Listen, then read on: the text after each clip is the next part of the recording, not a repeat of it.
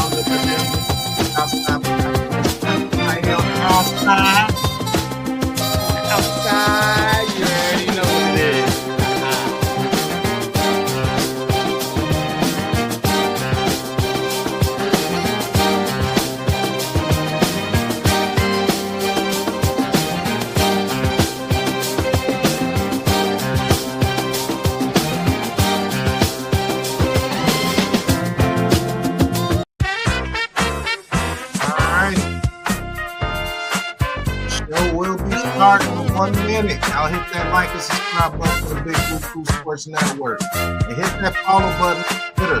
If you watch on Twitter, everybody that's watching on Twitter so far, man, we got a show for you guys tonight. Hit that like and subscribe button for us, man. Big Blue Sports Network and follow us on Twitter. That's the official link right there on the screen.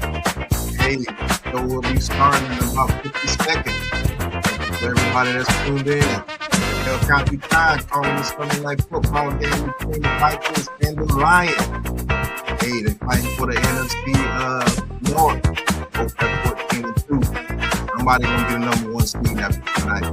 Hey, we got a lot of playoff talk, a lot of sports talk for you, man. We got a lot of more here on the outside. And the show will be starting in 10, 9, 8. 7, 6, 5, 4, 3, 2, and 1.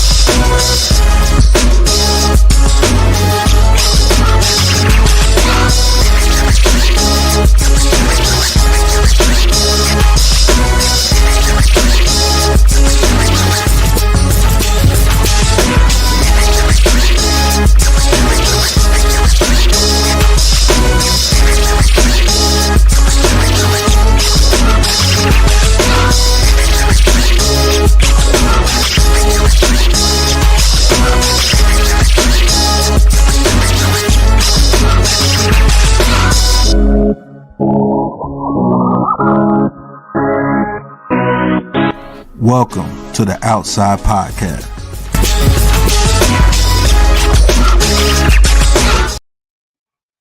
All right. Let's get into it, y'all. Yeah. Already know what it is, man. So, welcome to the Outside Podcast, man. We're going to set it off here with some highlights, some recaps, I should say, of the action that went on earlier today in the NFL. Right now, action going on in the NFL. We got the Lions trying to clinch that number 2 seed, up 17-9 late in the third quarter, man. As we paying attention to this right now, of course, you know that number 1 seed is on the table. And to be honest with you, hey, man, Detroit, stand up, man, because if y'all get this, man, y'all earned it, man. Detroit it's been a long road for them boys over there, man, and this one is going to be sweet, man. So Detroit right now holding it down, man. But what's your thoughts on that, man? Real quick, Pat, what you think about Detroit? I think Detroit, if they get the number 1 seed, man, I believe they are on a huge path on getting to the NFC Championship and getting to the Super Bowl, man. That home field advantage for the Detroit Lions would be absolutely devastating to the NFL, because that stadium is going to be rocking. They have never been in this position where they feel they are the best team in the NFL and they feel they deserve to be in the Super Bowl. I mean, we could go over some stats so far here in the third quarter. And this game is actually being called on the Big Blue Crew Sports Network right now with El Capitan Rafael.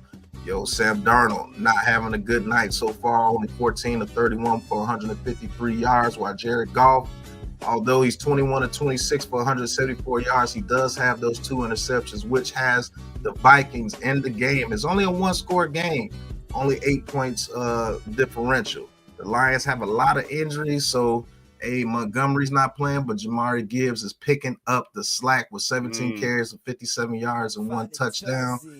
Cam Akers, Aaron Jones, a combined 108 yards for the Vikings on the ground. Jay Jettis, 3 catches for 54 yards, while Naylor is backing him up with 2 catches for 45 yards. Where is Jordan Addison? 1 catch for no yards? That is crazy. Amon-Ra St. Brown and Sam Laporta, 5 catches respectfully. Jamari Gibbs, told you, doing his thing, got a touchdown in the air as well with 4 catches for 17 yards. So it's been a Jamari Gibbs show. Yeah. And the Vikings, there's been no turnover, so they're going to need a turnover to go ahead and get this game won. Looks like their offense is not doing what they need Sam to do to win Darnold this game. Turning back into a pumpkin a little bit here, man.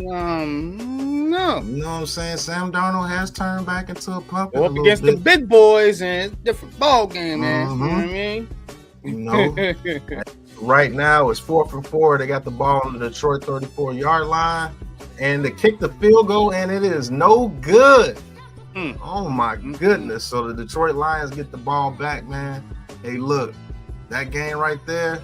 Whoever gets home field advantage in the NFC North, man, they have a great path to the Super Bowl, because those two teams have been the best teams besides the Chiefs in the NFL. Hey, It is what it is. 17-9 Lions going ahead and going into the fourth quarter. The Vikings just missed the field goal, man. So we're going to get to the next game. The Lions and Vikings, they, real quick, they will host the loser will go to the Rams. So this is a game where you don't want to go on the road, opening off in the playoffs, man. But let's get back to the rest of the scores. All right. Right, the rest of the scores. The Panthers beat the Falcons and eliminate the Falcons from playoff contention. So guess where the Falcons will be this offseason? To the outside. So they will be to the outside. Will not make the playoffs this year. They lose to the Panthers 44-38. That is crazy. Miles Sanders getting the touchdown in overtime to go ahead and go 4 and beat the Falcons. Michael Penix had a good game. What do you think about Bryce Young so far this season, man? I mean, he had a rough start, got benched, came back, and they played very well. As you can see, Miles Sanders going in for the touchdown right there to end it in overtime, man. This game was exciting, man. I think Bryce Young, to be honest with you, bro, I think he has turned the corner. And salute to the Panthers coach, Dave Canales, with sticking with Bryce Young, not giving up on a young quarterback.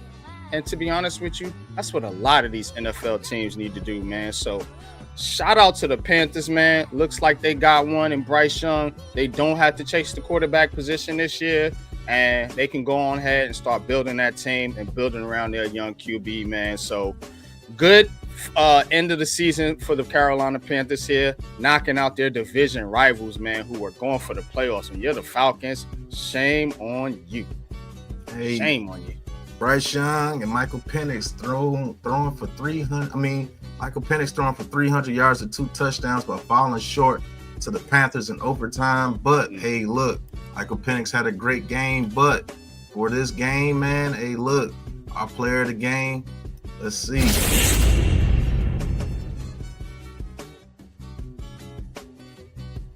My player of this game has to be Bryce Young, man. Bryce Young with 251 yards and 3 touchdowns, man, leading the Panthers to another victory. And they went to 5-12 on the season. Not a great season, but it's considered great to what the turmoil that he went through in the beginning of the season. Definitely. For them to go down the stretch and compete in every last game and win, I do believe 4 games out of the last 7. I think it's pretty good, man, that Bryce Young turning around.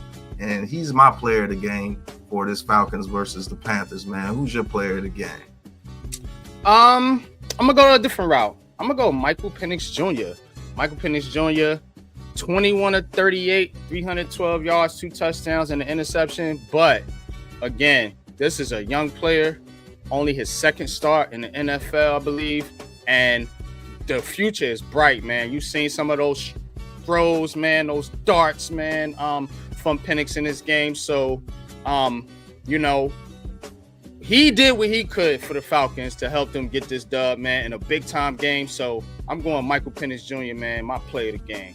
Shout out to Penix, man. All right. Hey, player of the game on the losing team, that means you had to be balling, which he was. Yeah. 312 yards, 2 touchdowns. Hey, Michael Penix, I told people they're going to put up a lot of points when that kid gets in at quarterback for the Falcons. Maybe if he were playing earlier, besides Kirk Cousins, maybe they are in the playoffs, but who knows? But we're going to get to the next game.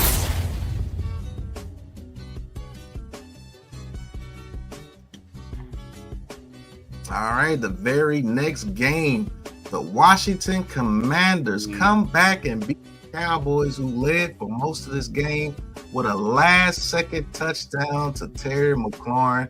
And Mr. Jaden Daniels comes in the clutch again for the Washington Commanders, and they will go on. The Commanders, who I think they would play the winner of the NFC South, if I'm not mistaken, which would be the Buccaneers. The Commanders play the Buccaneers. Yep. That is the matchup for the playoffs. So I think that's actually a very, very good matchup, man. That's going to be a very, very interesting matchup because you got 2 teams that can run the football, you know, especially with the Commanders. And look, Baker Mayfield versus Jaden Daniels, you know, 2 top quarterback picks. Of course, Baker going number 1 overall and Jaden Daniels going number 2 overall in this past draft. So I'm looking forward to that, man. And if you're Dallas, a lot of questions going into this offseason. Especially, man, you know, finishing kind of the way they did, you know, down the stretch, you know, being injured and losing the quarterback and all that. But it mainly comes from upstairs and what Jerry Jones is going to do with Mike McCarthy. You know, Cowboys 2-7 at home, only 1 more win than the New York Giants. So, hey, at home. So I don't know what the Cowboys are going to do here. But if you're Washington, kudos to you, and we'll see what they do in the playoffs, man. But what's your thoughts on Dallas real quick? You know, America's team, hype team. So spend a couple minutes on these Cowboys, if you don't mind. Man, I do mind a little bit because I'm tired of the Cowboys always being considered Super Bowl contenders every year. Well, this is our year. We them boys. You them boys that went 7-9, 7-10 this year. I think this is their first time under 500 in a very, very long time. They have some issues coming up. They got to get Michael Parsons paid. DeMarcus Lawrence may be leaving during the free agency period. What about Diggs? As his injuries are starting to pile up? Bland is going to be coming up for a contract. Do the Cowboys still have that luster over the NFL as one of the better teams? A lot of people are attacking them. What are they going to do about that running game? Rico Dowdle tried his best this year, but I don't believe that he's the guy that can transcend that running game for the Cowboys to where they can get back to, to the glory days of being, very consistent in the playoffs and being a good 11-6, 12-5, 13-4 type team. And then my guy, Kevontae Turpin. What are they going to do with Kevontae Turpin? All-Pro again this year, All-Pro returner, Pro Bowl kick returner, very explosive. Will they finally use him the way they're supposed to use him? We'll see, man. But this Cowboys team, I'll say this, as long as Jerry Jones is there, they're going to be on the outside looking in. To the outside. Yeah. I have to agree. I definitely have to agree with that. And look, the Cowboys, they can be in the market for a head coach if they do decide to move on from Mike McCarthy. So keep your ear out for Black Monday. News and rumors are going to be coming out fast and furious, man. But who we got next up, man? All right.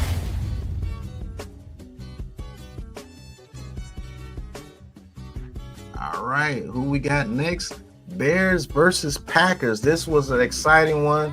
The Packers lose this game, so they're on their way to play the Eagles in the first round of the NFC playoffs. They were headed to Philly. I do believe that was the worst nightmare for the Philadelphia Eagles because I believe the Packers are a better team, even though they lost to Caleb Williams and the Bears today, 24-22. Caleb Williams led them down the last second drive. Throws it to DJ Moore to the 33-yard line. They kick a 51-yard field goal to win against the Green Bay Packers this year. The Bears come off that huge losing slide. I think they were on like a 10-game or 11-game losing slide. And I just think the Packers are going to beat the Eagles in the first round of playoffs, man. I think Jordan Love is going to show up and show out again and take down another NFC East team in the playoffs. As you see, that 51-yard field goal goes through and the Bears beat the Packers 24-22, man. What do you think of this Packers team? And then we'll talk about the Bears in a second. To be honest with you, I kind of feel like they're a little bit fraudulent. To be honest with you, I think they probably gonna get whooped by the Eagles. I think that was best case scenario for Philadelphia because I actually think Washington would have gave them a little bit more of a scruffle, given that how Washington runs the football, a little bit better in my opinion than the Green Bay Packers, too dependent on Jordan Love, who does make some silly mistakes at times. So I kind of feel like, and then you lose this game, which they wasn't really trying to win, I guess, but still not a good look if you're Green Bay kind of limping your way into the playoffs. So not a lot of confidence in the Packers, man, to be honest with you. Okay. I actually have pretty good confidence in the Packers. The only team I don't have confidence in the Packers is when they play their own division rivals, because those Vikings and those Lions, man, are absolutely no doubt crazy. The talent on those two teams are absolutely crazy. I do believe Jordan Love goes in there and they beat the Eagles in the first round of playoffs. And I will give you a unpopular opinion. Sorry to steal your stuff, brother, but I do believe the Eagles lose the first round. A.J. Brown will want to pack his bags and get out of Philadelphia. And that's going to be the start of the downfall of the Philadelphia Eagles. Say it right here first on the Outside Podcast. I'm telling you. But Chicago, Caleb Williams, all-world, generational, best QB in the draft. Best thing since sliced bread. Patrick Mahomes Jr. All this rah-rah and everything. They went 4-1. They beat pretty much the bottom of the NFL teams. And then when they got into the meat of the schedule, they only won one game out of the last 11. Yep. I'm not saying that Caleb Williams is a bust. I'm not saying that Caleb Williams is a fraud. But I'm going to repeat that he wasn't as good as everybody was claiming him to be. I was trying to tell people that when he played against good teams, and he always tried to play hero ball, and it wound up being, very bad for the team, especially at USC when they couldn't beat those good teams like Oregon, Utah, all those good defense. When they played Notre Dame, they got smoked. And you saw it here in the pros. It's not going to get any easier. You know what I'm saying? So I'm not saying that he's a bust, but man, what more do they need to do? They gave him an offensive line. It wasn't the greatest, but hell, he's the quarterback, right? He makes everybody better, right? He makes the receivers better. He makes the offensive line better. He's elite.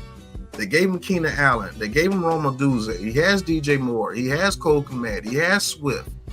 You know what I'm saying? He had all those weapons. What more do they have to do? In my Tyrese voice for Ryan Poole, what more do you want from me to go out there and do what you're supposed to do? I don't know, man. That's my opinion on it. I think the Caleb Williams kid is not what he was hyped up to be. And he can still be a good quarterback in the future, but he's not going to be what they were talking about. But go ahead and watch you talk to him. All right, man. Let me help out Caleb here a little bit. I kind of agree with you, but let me help the kid out. So he went over 3,000 yards, 3,541 yards, 20 touchdowns, 6 interceptions. He completed 61 over almost 62% of his passes, and had a quarterback rating of 87.4. So I would say for a rookie, that's not bad. It's not bad at all. Now, there's a number of things going on in Chicago, much like the Giants. Questions at the top, fired the coach. You know what I'm saying? Ryan Poles, there's whispers about him. So a lot of that's going to play into it. But for Caleb Williams, rookie season alone, just to judge him on his rookie season, I think he did okay. Did he have the season that Jaden Daniels or Bo Nix had? No.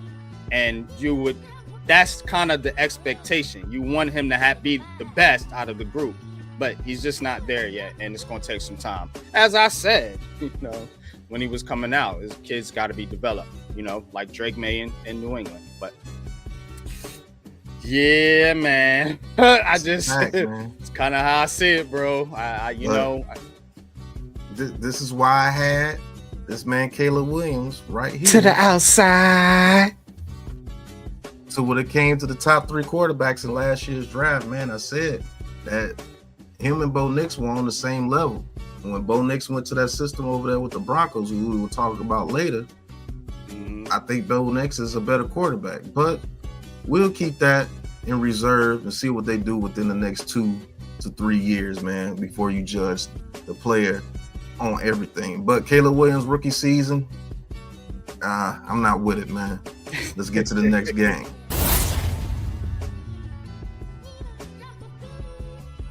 All right, we are talking about the lowly Titans, who have the number 1 pick in the draft. They were actually worse than us. 3-14. They lose to the Texans. They get beat down by the Texans B and C squad, 23-14. Will Levis. Yeah, Will Levis throwing interceptions and fumbles, doing Will Levis things. That's the song he sings. He turns the ball over. Plenty. And the Titans, they get another loss, 1-7 at home this year, looking like us with 1-8. The Texans, though, let's talk about the Texans because we already know what the Titans are. Yeah. They do get a much-needed victory against the Titans, but it really didn't change anything. They're stuck in the seed that they're in. 10-7 season. C.J. Stroud, Stephon Diggs, Nico Collins, Tank Dell, Dalton Schultz, better offensive line, Joe Mixon. Are you a little bit disappointed with the Texans this year? Do you think they should have done a little bit more with all those weapons? Let's just say this. Everybody was saying that C.J. Stroud was the only reason why the Texans were winning last year. When they had all those weapons. But when those weapons got injured, C.J. Stroud, I'm going to say it, had a sophomore slump. Don't care what you say. I'm going to talk my talk no matter what you thought. C.J. Stroud had a sophomore slump where all those people got injured. Nico Collins got injured. Diggs got injured. Dale got injured. A couple of his offensive linemen got injured. We saw a game where that man threw an 18% completion percentage in one game when all those weapons were out at one time, man. Yeah. So tell me what you think, man.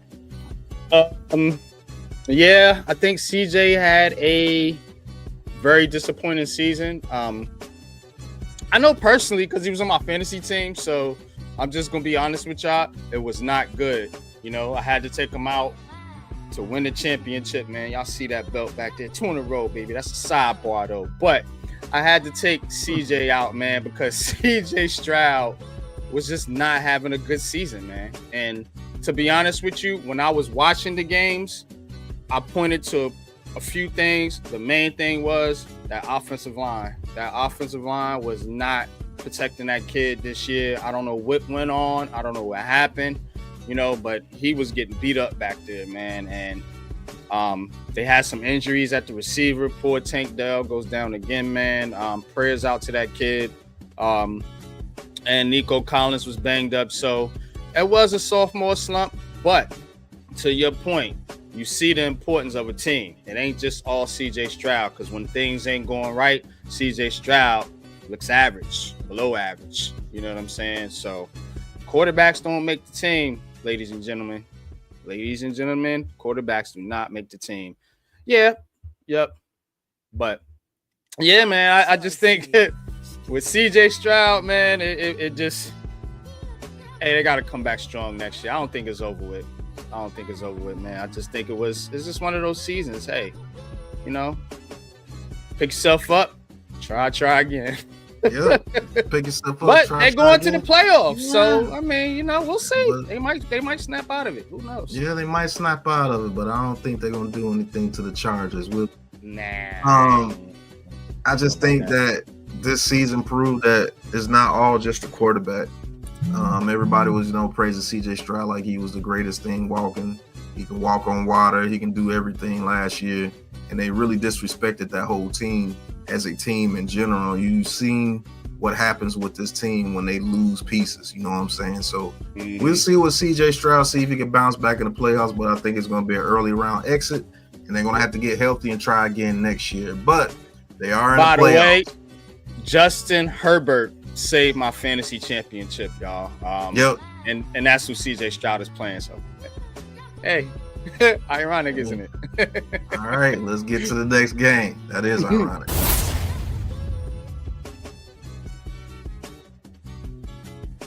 All right, we come into another couple of bum AFC South teams. The Colts and the Jaguars. Ew. Shout out to the 50 in the chat, man. Y'all hit that like and subscribe button. But the Colts and the Jaguars. The Colts get the victory over the Jaguars 26-23. Hey, look, the Colts take down the Jaguars in overtime. The Colts were very disappointed this year. And this is going to be another thing that I said. I told people AR-15 was not going to be it if you played that dude immediately. He needed to sit 2, maybe even 3 years. And you've seen it this year. Anthony Richardson coming out because he's tired, having accuracy woes, averaging only 40-some% completion percentage, having turnovers. They weren't winning games when they were supposed to win games. They only beat down on the bum teams. And then they got 45 points put on them by us last week for our third victory of the season. That's embarrassing. Word. So, Anthony Richardson, man, I don't know what it's going to be with him and the Colts going into the future. Their position at quarterback is up in flux. They do have Jonathan Taylor. They do have some weapons over there at Alec Pierce, Michael Pittman, you know, Adonai Mitchell. They got a decent tight end in Mo Ali Cox. I don't know what the future holds for the Colts. But we all know that Joe Flacco's not the future. He's going to be a mercenary. He's going to get another veteran contract somewhere. And, you know, he may and beware of the team that signs Joe Flacco, because your starting quarterback always gets hurt when you sign Joe Flacco. I don't understand it, but I think they have some woes moving forward.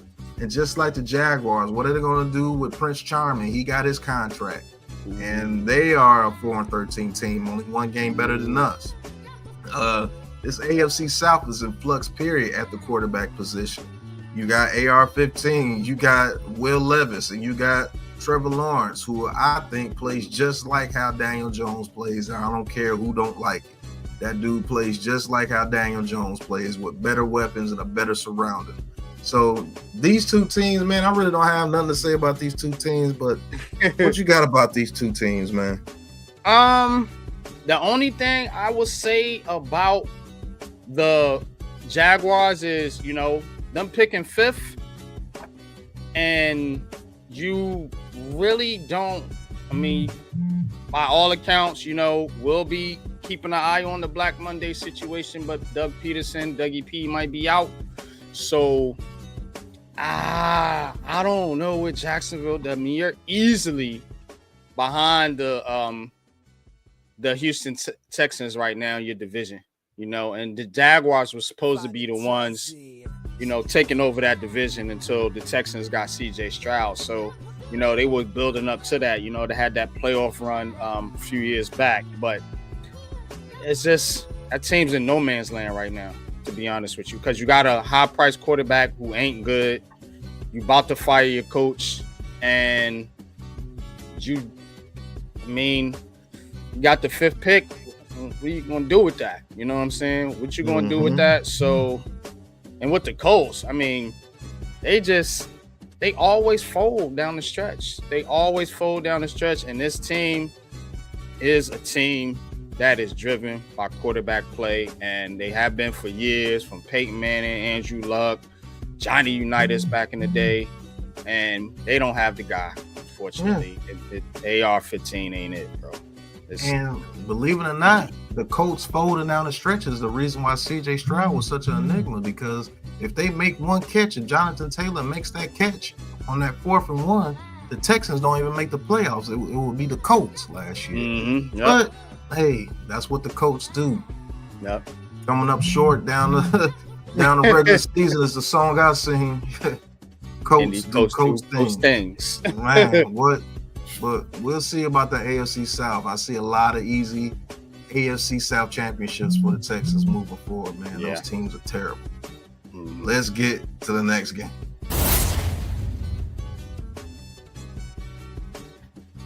All right. Let's talk about our New York freaking Giants.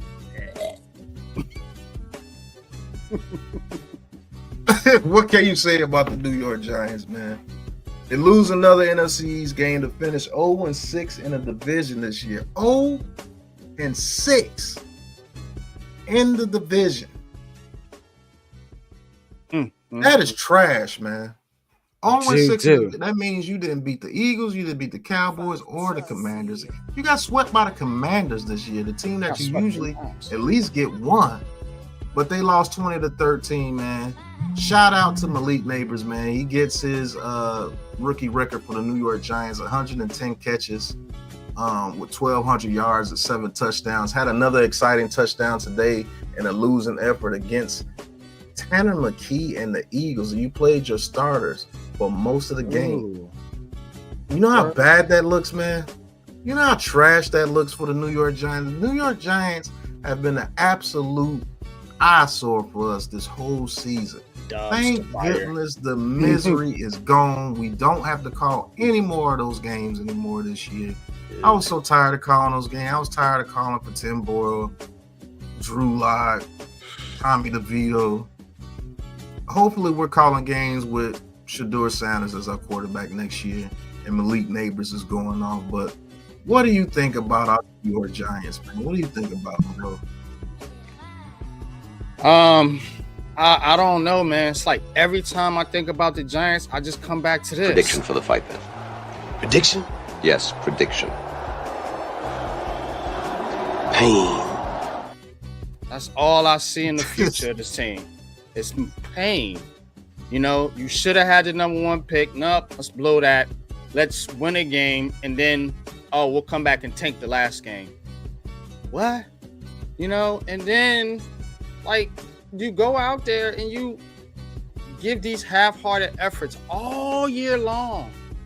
Then at the end of the game, you fight tooth and nail, and it still ain't good enough to beat the Eagles back up. So, I mean, pain is all I hear. Is the song I sing, because Giants do Giants things. Man, what?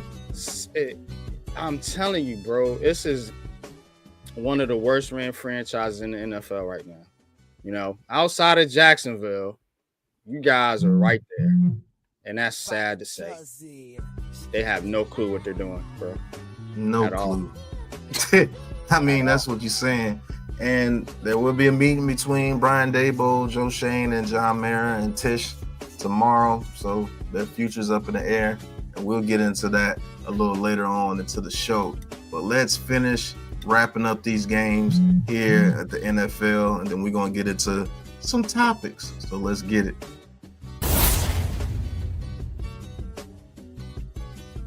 All right. The Buccaneers beat the Saints to win the NFC South 27-19. And the best thing about this game, man, is Mike Evans continues his 1,000-yard streak, getting over 1,000 yards this year with a last-second catch. They didn't kneel the ball. They threw it to Mike Evans to get him his 1,000 yards and his $3 million incentive bonus, man. Shout out to the Tampa Bay Buccaneers for showing that man some love. Man, that man's been excellent throughout his whole career. I'm saying a first ballot Hall of Famer at the end of his career to date. But the Buccaneers beat the Saints to win the NFC South. Think the Buccaneers can make any noise in the playoffs, NYG? Absolutely. I'm a fan of the team that the Bucs have put together. I mean, they have a top receiver, of course, in Mike Evans. You know, they have pretty good secondary pieces.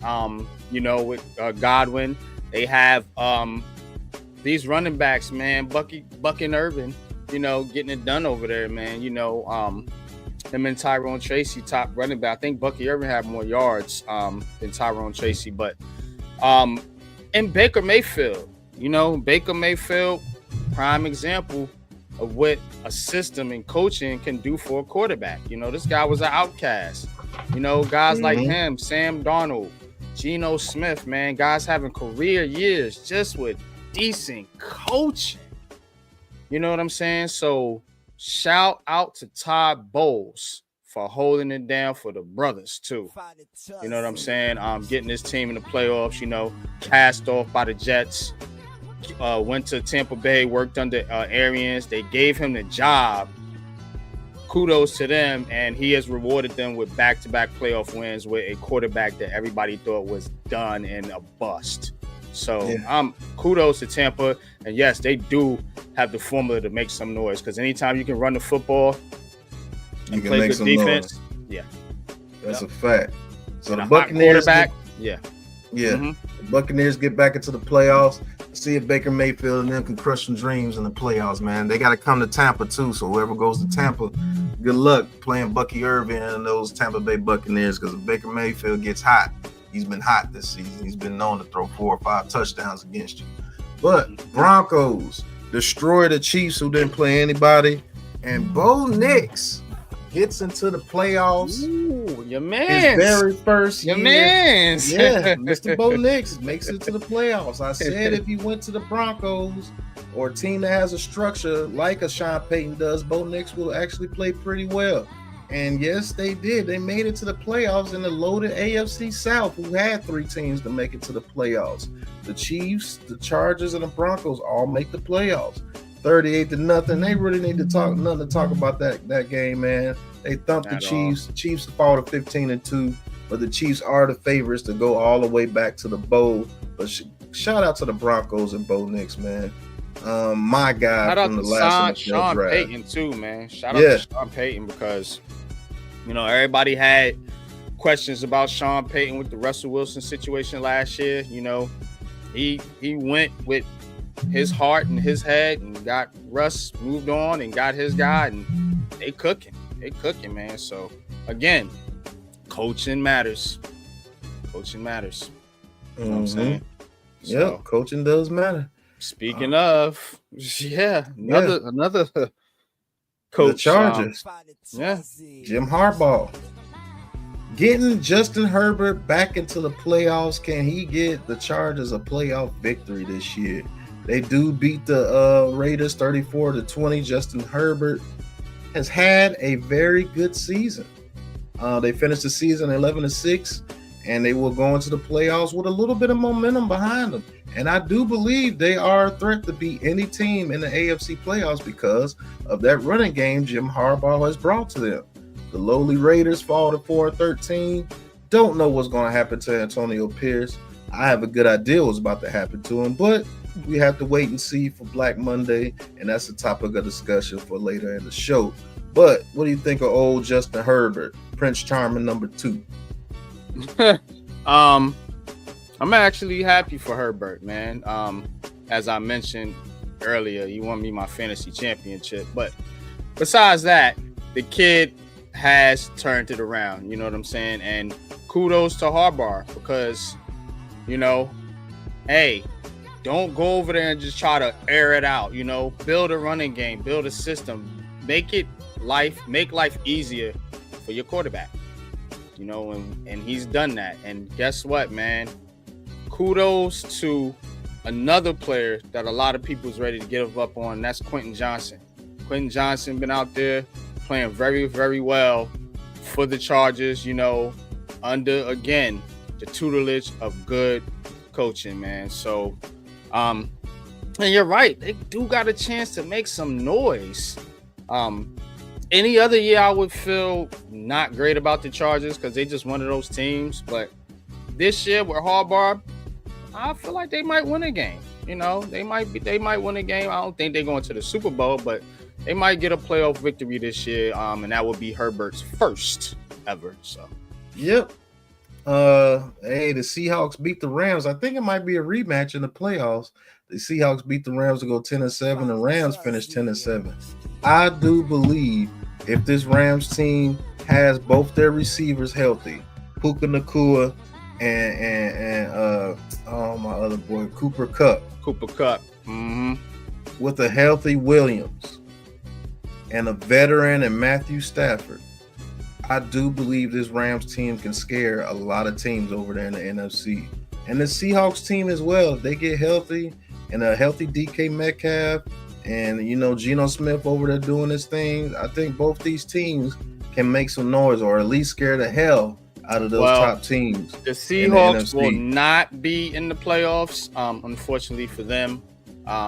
They did not make it. Commanders are in there. But speaking of the Rams, looks like they're going to be traveling. I mean, looks like they're going to be hosting the Minnesota Vikings as they are getting trounced right now by the Detroit Lions, 31-9. So, again, yeah, the Rams, I give them a good shot. They've been one of my sleeper teams for a few years now because I just think good coaching and veteran quarterback play will take you a long, long way. Now, what's going to hurt the Rams is that dang on defense ain't worth a darn. So they're going to have to score a lot of points, you know, and usually that don't get it done in the playoffs. But these are the Rams. I mean, that's how they are built. They're built to score. So, you know, they can now get the right matchup. They might be able to make some noise too. So, yeah, that is right, Andrew. Puka and Cooper. Hey, I think Puka and Cooper can make the Vikings sweat in that very first round if they're both healthy. I do believe they have a chance to. I think that's a good matchup too because they have that similar style of play, you know, and the Rams getting a shootout. You know, they might be able to outscore the Vikings, you know, especially if Sam Darnold is off his game like he was tonight. All right, the lowly Jets beat the Dolphins to eliminate them for playoff contention, even though they were eliminated because the Broncos went ham and beat down on the Chiefs. But the Dolphins, hey, look. I got some breaking news, too. Yeah, I was great. Concerning the Dolphins, if you want to go there.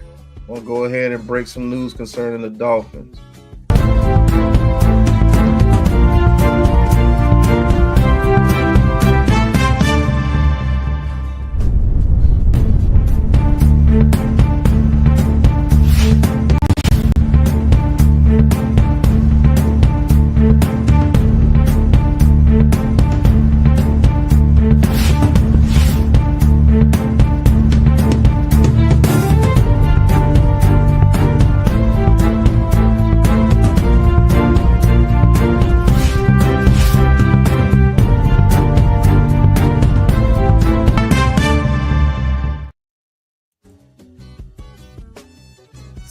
right, breaking news with the Miami Dolphins. Cheetah says, Mr. Tyreek Hill, I want to win. Like Nacho Libre, I want to win. I want to compete. I want to win another championship. I came over here with the Kansas City Chiefs. I took the money and I'm gone. Literally told the fans in an off-season interview after the game that he wants to be traded and does not want to come back to the Miami Dolphins. Out. He wants to peace out like he throws up the peace sign when he scores the touchdown. Tyreek Hill had a not so good season this year, not to his standard, had a lot of drops. Targets went down, Tua keeps going down, and he said, I'm tired of it. I'm not that old yet. I didn't come to Miami to end my career over here on a nice beach with the nice women, make some more babies. You know what I'm saying? I came over here, to win. You guys told me that we can win, and we're not winning.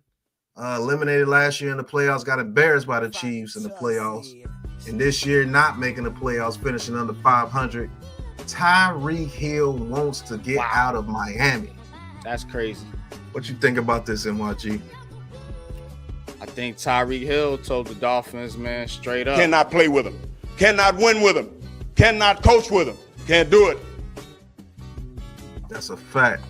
Dead up, bro. Like, yeah. He said, I want winners. You know what I'm saying? Can't coach, can't win with him. You know what I'm saying? And they are not winning down there in Miami, man.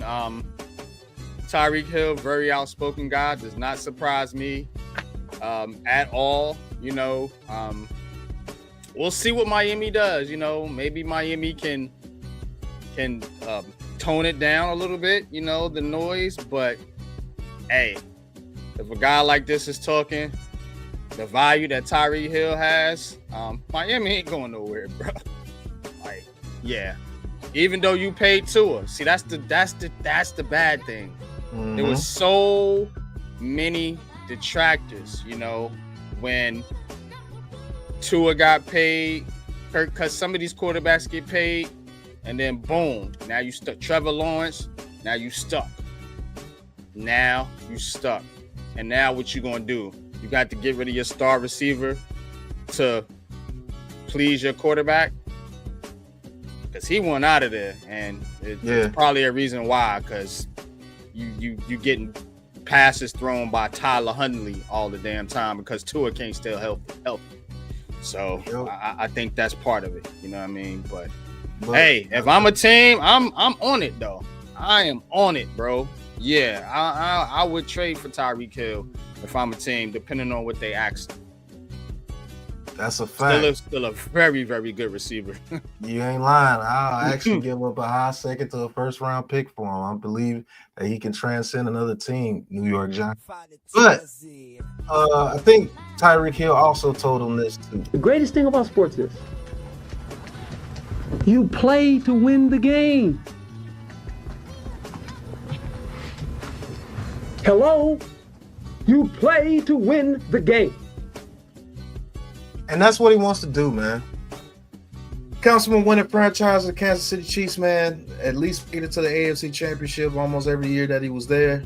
Won a Super Bowl over there with Patrick Mahomes. Won over the Miami Dolphins because they were willing to give him a record-breaking contract at that time, $30 million per year. And this is something that you can actually put towards life, man. Sometimes it's not just about the money. See, the money, you went over there, you got your money, kudos. But you got over there and you start seeing that, hey, I'm not winning like I used to. I'm not feeling as good as I used to. Right. You know what I'm saying? I'm looking around this locker room and there's a bunch of guys that just happy to be playing, and they're partying over there in Miami because I know they party. Miami's a party town. You know what I'm saying? Going to these parties, they're cool. There's a lot of these guys, they're cool. They're towards the end of their careers, getting the extra money for no reason, because Miami does overpay everybody to come over there. They're like the Commanders, the Redskins at that time. They overpaid free agents to come there to play, and nothing ever works out for them. And I think Tyreek Hill wants to win another chip. You know what I'm saying? And he will get traded. He will still be getting his money somewhere else. But like somebody said in the chat, he might go back to the Kansas City Chiefs. Yeah. The Chiefs ain't got nothing to do with their first round picks. They're always number 32. So I think that's where you want to be. You know, yeah, I really that's where he wants to be. Really think he missed but the Chiefs. that's one of the teams that I can see that he can go to. You know, there's a couple of other teams that I think that he could go to, but I think he will wind up being a Chief again if he didn't, you know, burn those bridges with the Chiefs when he left. He did say a couple of things about the Chiefs, and they went on to win 2 more Super Bowls after he left. So we'll see what happens with Mr. Tyreek Hill, man. Shout out to Andrew in the chat, man. He says he needs his money to pay for all them kids. He got a lot of kids, boy. Yeah. But that was the first breaking news segment for tonight's podcast, Outside Podcast. And we're going to wrap up the scores right after this.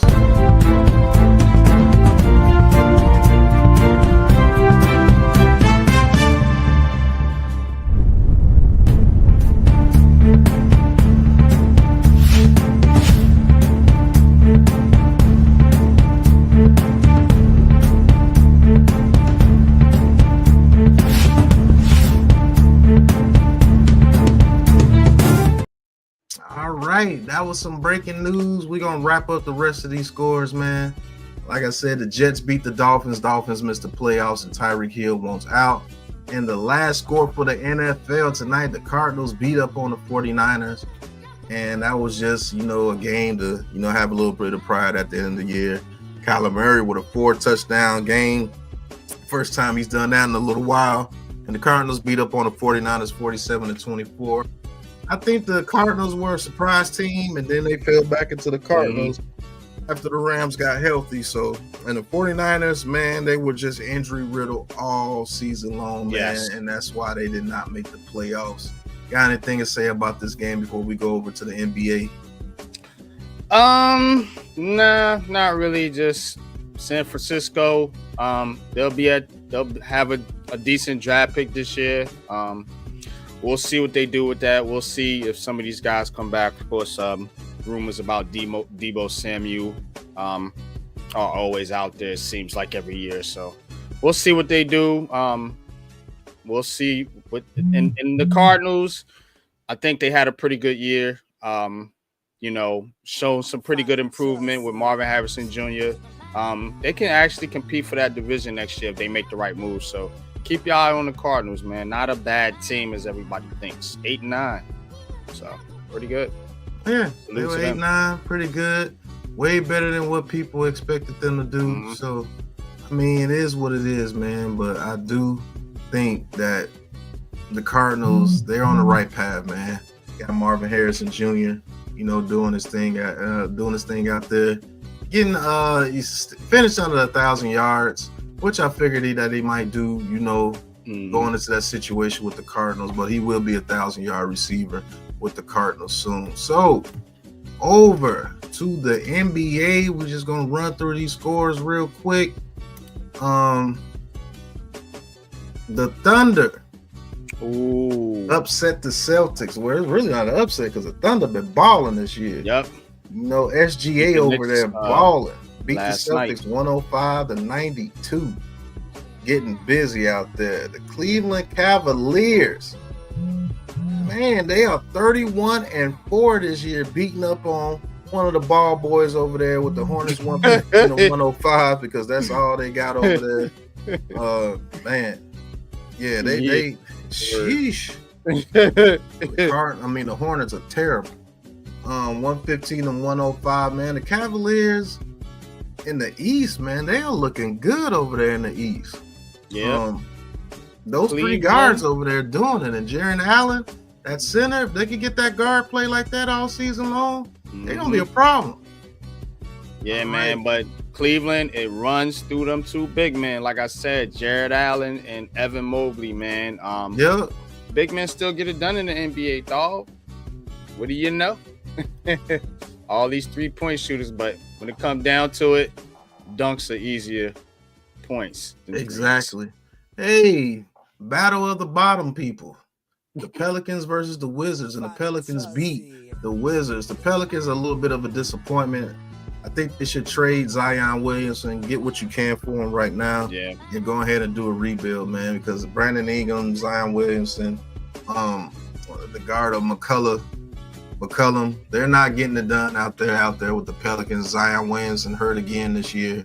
And the Wizards, man, Always that contract they gave to that dude from the Warriors.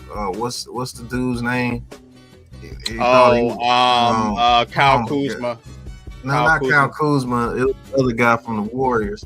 Little dude that was Jordan Poole. Oh, Jordan Poole, yeah. Oh my God, that dude is you actually gave Jordan Poole a contract to be the leader of your team. Wizards do Wizards things, and that's lose. 6-27 on the season. Yeah. Enough said. All right, the Jazz beat the Magic, upset the Magic. The Jazz are 9-25. That's another team that need to go ahead and consider getting rid of some veterans and rebuilding. And the Magic, man, they just had a slew of injuries. But when they get their people back, that was my, sleeper team this year. I think the Magic are a very good team when they're healthy. Pablo Banchero is legit, bro. I'm telling you. Banchero is a monster. Mm-hmm. You know what I'm saying? And you got those other boys out there with them. Both of them got the same name. I think they're brothers. Wagner the Wagner brothers. Mm-hmm. They out there balling. Mm-hmm. But they lose to the Jazz tonight. When they get healthy, they're going to be a problem. The Lakers lose again tonight to the Rockets, who are a surprising team this year. The Rockets are a surprising team with Fred VanVleet and them out there. 23-12, man. Doing their thing out there in the West. And the Lakers with another loss tonight. LeBron James, let's see if he can push them into the playoffs this year at a cool age of 40. Hey, the Kings. Both of these teams are a little bit disappointing. I thought the Kings were going to be a little bit better this year, but they beat up on the Warriors by 30, 129-99. Is this Steph Curry and Draymond Green's last hurrah? Is this their farewell season? I don't think so. I don't know. Something just tells me these guys won't keep playing. And how old is Steph? I mean, Steph is about 34, maybe 35. 35, 36. So I see him, because when you have a style that Steph plays, you can play for a long time, because you're a shooter. Like guys like Jordan, LeBron's, Kobe's, they have to reinvent their game a little bit later on in their career, because they're not as athletic as they used to be in their age. But since a guy like Steph Curry, you can still run him off screens. He can still shoot. So, I do see him continuing to play. Now with Draymond Green, I don't know, man. I don't know. But they seem to be a pair. It seems like they can't, like him and Steph, even with Clay gone now, like they still together. So they might just be riding it out to the end. Kerr, Steph, and then Draymond, they probably just gonna go down all together. I guess that's how it's probably gonna end up. So right. I do see him coming back. Yeah. All right. I do see them making the playoffs this year. After they're gonna go on one of those little stretches when they win about 10 out of 13 games, and then go on another stretch when they win like 12 out of 14 games and sneak in the playoffs. But I do think the time is really, really ticking on that Warriors franchise, and I don't think they'll be the same after Draymond Green or Steph Curry retires. But we'll see. And man, that's been our sports roundup, NBA, NFL action, man. We're going to be right back after some sponsorships for the Outside Podcast right here on the Big Blue Crew Sports Network. Outside. We will be right back.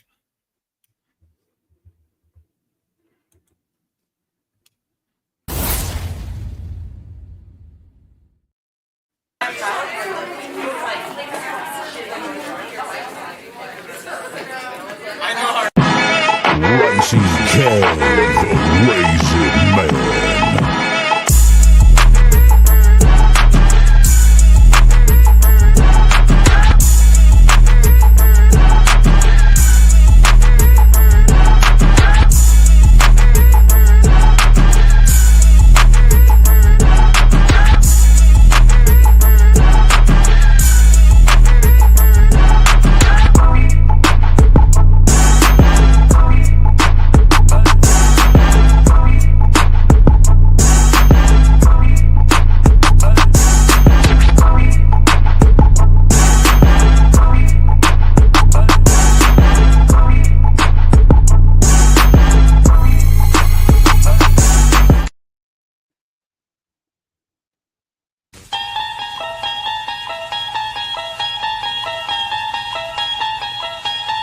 You unlock this door with the key of imagination.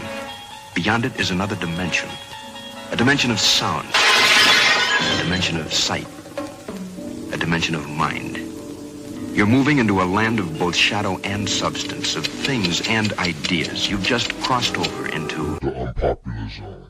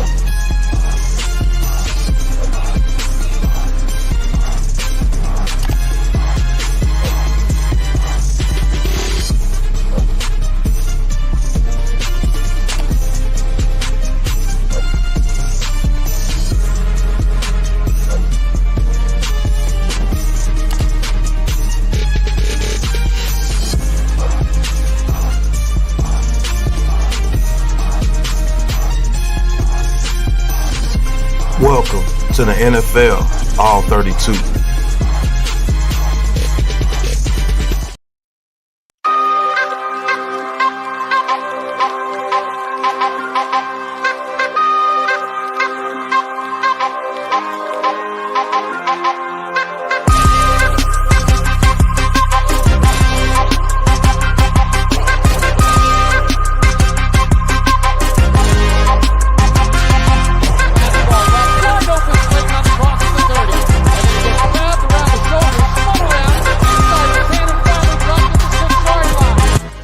Welcome to New York Giants Films.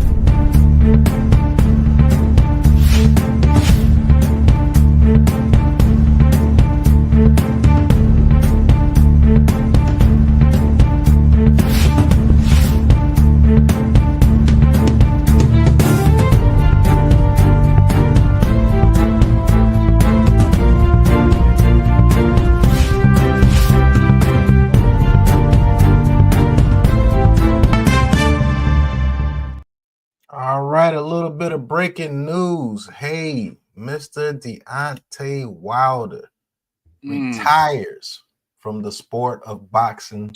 Wow. The Bronze Bomber retires from boxing. Had a hell of a career, man. To start out as late as he did, I think he started out around 21. He's boxing, to get money up for his daughter's illness at the time. And he had a hell of a career, man. And when I say that he started off, I think around 39-0 with 39 knockouts. When I say this dude was knocking people on their behinds, definitely, man. Some of the greatest things that I've seen him do, he knocked out the Jamaican dude to win the title. Well, to keep the title, man, he knocked him out so bad, man. He just fell on the ropes, bro. He did a Euro step knockout on the dude, man. It was crazy. And, when he knocked out Spilka, when he knocked out the boogeyman, I can't think of his name. The Dominican cat. Nobody wanted to box him, and Deontay Wilder took that fight, and he knocked him out not once but twice. He knocked out a whole bunch of people, and then he faced Tyson Fury, and then that's when he started going on a downward spiral. But man, personally, one of the most exciting boxers I watched. He didn't have the boxing skills that many people would want a boxer to have, but he had a anvil of a right hand, and if he connected, you were going down, down, down. So shout out to one of the greats, man. Love what he did for the game of boxing. He brought heavyweight boxing really back. And when Tyson Fury, went through his stages of his rehab, and he was going through things, he stepped up, and he fought the best, and he knocked out most of the best. He couldn't overcome Tyson Fury. Then, the downward spiral of your career, that happens to all athletes. So shout out to Deontay Wilder, man. You got anything to say about him, man? Yeah, Luis Ortiz. That's who he knocked out. The boxer you was looking for. Yeah, man, salute to Wilder. Like you said, the heavyweight division has been down in boxing, but he was one of the premier attractions in recent memory, as far as the sport of boxing has been, it's been down as of late, but guys like Wilder, definitely help bring it back to the forefront. Boxing is making a comeback, and Wilder was a part of that era, where, boxing was struggling, and he was, he helped put, excitement back in boxing. It's particularly at the heavyweight, in the heavyweight category. So again, man, salute to him. Happy retirement. I kind of seen it in his last few fights. Just wasn't the same guy. Didn't look the same. Just looked kind of done with the sport. So yeah, salute to him, man. Happy retirement. Wilder's not coming back, man. He's retiring, man. Shout out to one of the greats in boxing, man. And it was just a great dude, man. Unfortunately, he went through, his issues with his wife. I think they got a divorce or whatever. But man, shout out to that dude, man. He actually got a statue built for him out there in Alabama because of his greatness and what he did for the game of boxing. So much respect to the guy, man. And that was a little bit of breaking news. Now we're going to get into some of these subjects. We'll be right back.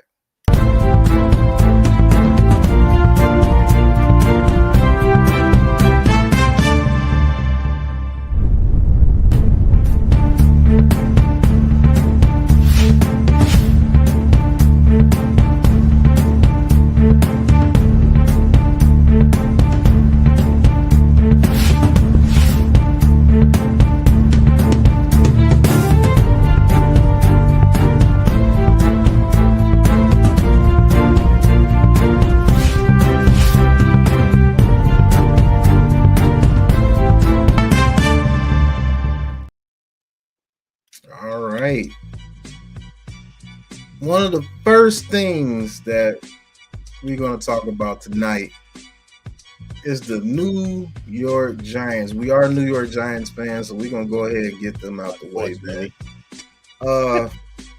He said, unfortunately.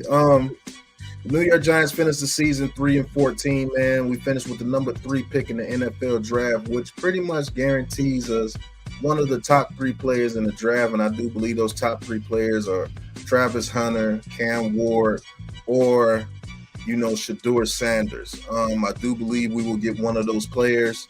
Presumably, if anything happens, if the worst of the worst, we end up with a Travis Hunter. So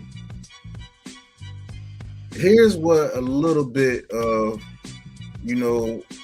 what the players and the coaches had to say at the end of the game. Let's go ahead and go into what Mr. Brian Daboll has to say. When you do meet with ownership to talk about your future, what will be your message and why you should be back after coming off a season like this? Yeah, I'll call that private. Why do you think this program, fans say we don't see it heading in the right direction? We've seen 3-14. Why do you think it is headed in the right direction? Yeah, we're 3-14, but believe in the people, believe in our process, and again, we'll have those conversations. Do you feel like you need to make a case for your job? No, we'll have normal conversations like we normally do, Connor. So, got a good relationship with Mayor family, the Tisch family, Joe. So we'll go through that process. So as you hear, Mr. Brian Daboll, he's going to have a conversation with the Tisch and Mayer family. They're going to talk about what he did during the season. He put up his final stats for the season. He only averaged about 15 points a season this game, which he does that a whole lot throughout his career as an offensive play caller. Around 15 to 15.4 points per game. That's the norm for him. Daboll do Daboll things. What do you think, NYG, about the whole Brian Daboll situation with the New York Giants moving forward? Like, what do you think those conversations are going to be like when he goes into that office with John Mara? What do you think is going to be said? I want to hear what you think. What you think about this? To be honest with you, I don't care what the conversations are. You know what I'm saying? Like, you're not good. What are you showing me? What have you shown me? What are you going to show me? What are you selling? You selling hope. You selling hope, dog. You selling a hope. I do better with a good quarterback. Hope we get a good quarterback. Hope free agents want to come here. Hope I can get a new offensive and defensive coordinator. Hopes. And then now these reporters got the audacity to say John Mara doesn't feel like he can upgrade. I'm sorry. Just a joke, a real joke. Yeah, I mean, there you have it. Giants do Giants things. We can't upgrade. So bring this bum back. Right. This is crazy. This whole saga with the whole Brian Daboll thing, man. I think it's just a bunch of dumb stuff, bro. Like, just a bunch of dumb stuff. Oh, we're rolling with Daniel Jones. Oh, we don't want Daniel Jones. Oh, we want to win and build at the same time. Oh, we're going to tank and sabotage Daniel Jones. I don't give a damn what nobody say. That play calling was absolutely sabotaging. And this whole situation is ugly, man. Because you got to think about it. If you get rid of Brian Daboll and Joe Shane, the new regime may not want to take one of these quarterbacks coming in. Yep. So you're actually might be in a lose-lose situation, because if you bring those guys back, yeah, you're going to get your quarterback, but then can you trust these guys to develop that quarterback? You know what I'm saying? What about the young guys on this team? Are they going to continue to have to go frustrated and lose 10 to 11 to 12 to 13 to 14 times a year with this guy? And then if he plays bad, I mean, if he coaches bad next year and we have another bad record, guess what? You're going to put the new quarterback through some of the same things that the old quarterback did, Daniel Jones, and firing the head coach after his rookie year. And now he has to learn a whole nother system, 2 systems in 2 years. Then what are you going to do? 3 systems in 3 years, 4 systems in in 5 years? Like, what are we doing as a franchise? It's hard. You don't even know the best case scenario. Like, what's the best case scenario? Well, the best case scenario for the Giants is that the quarterback they draft just plays outstanding. Like he has a CJ Stroud, Jaden Daniels type season. That's really the best case scenario, because outside of that, you're in a lose-lose situation, like you said. You fire Dable, they're gonna keep Shane, and if you don't fire Dable and keep both of them, that's even worse. I mean, it's like the only real decision that should be made is to restart and reset with a new quarterback moving forward, because you're in that position to get one this year. But they can't do that. They cannot get out of their own way to save their lives. And this is who we deal with when you talk about the New York Giants, a franchise that is behind on everything. They late to every party. And here we are, late again, and now you screwed yourself. Yeah. So best case scenario, like I said, you hit on number 3. If it's Sador, Cam Ward, whatever quarterback it is. And like I said, hope they are that dude. I mean, like, seriously, how can you preach hope with the way these seasons have been the last 2 seasons? What hope do you get? We hope that Evan Neal turned out good, not playing out the way it's supposed to be. We hope Kayvon Thibodeau turned out to be a superstar. I think he's a good player, but he's not what he's supposed to be. We hope that Dexter Lawrence and Brian Burns can shore up this defense, and they did in the beginning of the season, but the hope that the offense will actually do something, that hope was flushed down the drain because they were only averaging 14 points at one point during this season. You hope that Malik Neighbors keeps his head straight and goes out there and continues the ball. They gave him the record and everything, to keep him a little quiet, to make him feel good about himself towards the end of the year. But you don't want to be in no situation like that. You want him breaking records because we're winning games, not because we're forcing him the ball in the last couple of games of the season. You know what I'm saying? He actually slipped up and said it in his press conference. If you said, listen to the whole press conference. Yeah, we fed Malik. I mean, you know what I'm saying? Mm-hmm. You hope Tyrone Tracy can continue to be good. You hope that they run the ball next year. You hope that the offensive line can block next year. You hope that Deontay Banks can be net better next year. You hope that we can be healthy next year. You hope the play calling is better. You hope the defense can stop the run next year. You hope that we get one of these quarterbacks. You hope, you know what I'm saying, that we get another good draft. You just hope that we can win some games next year. You hope that we can win a playoff game next year. You hope that we can win a home game next year. That's what they're selling you. Hope. Yep. Not dope. Hope. That's what they're selling you. And I think these dudes are nothing but pushers of hope. Yep. Your neighborhood hope dealer. Yeah, exactly. Your neighborhood hope dealer. That's what they are. Slick, slimy hope dealers.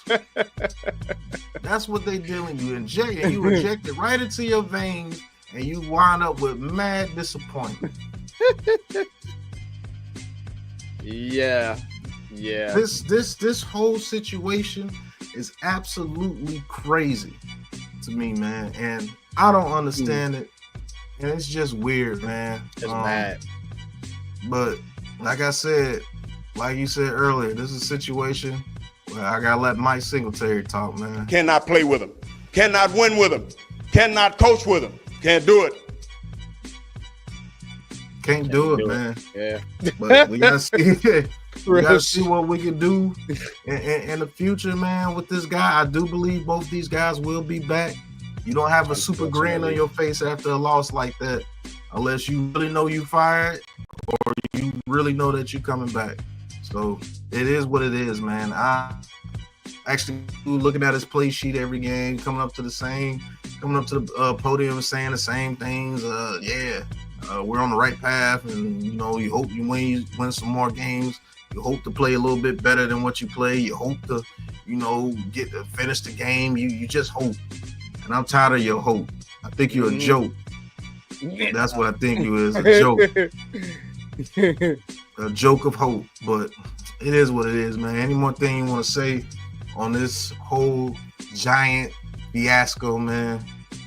I just, again, hope they make the right decision, but I don't have no hope at all.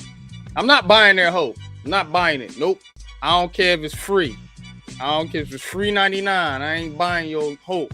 Get that hope out of my face. I don't do hope. I don't do hope. Right. I listen to the Dare line. I don't do drugs. Right. And hope is the drug you pushing. I don't want no part of it, man. But that shit, yo. We're going to get to some more breaking news here in a second.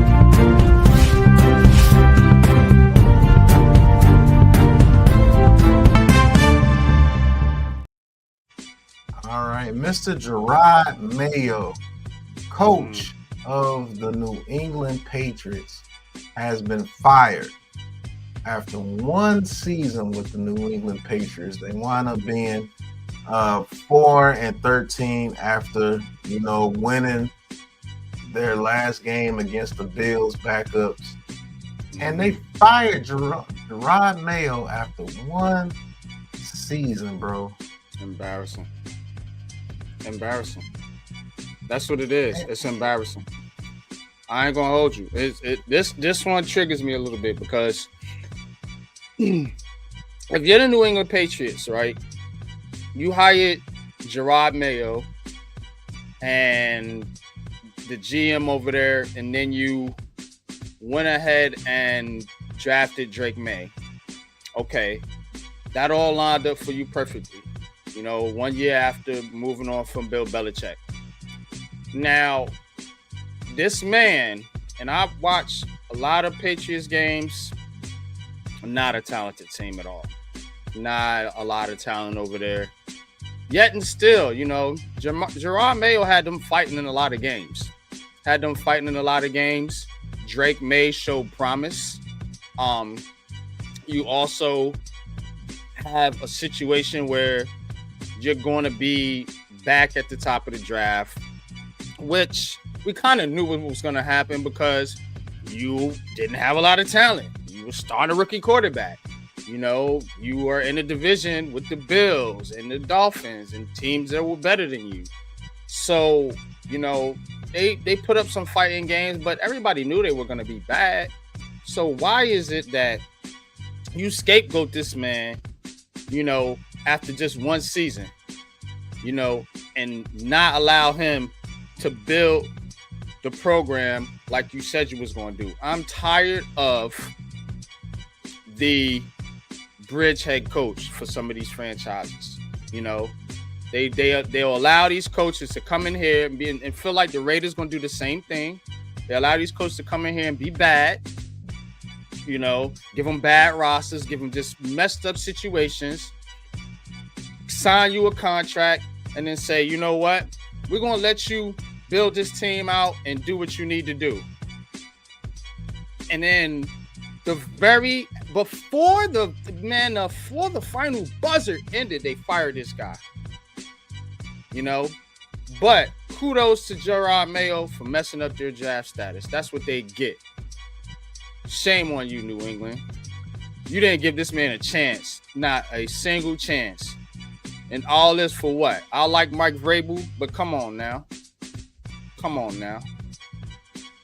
If that was the case, you shouldn't even brought Jerod Mayo in here. You should have just went straight after Rabel when he got fired from Tennessee.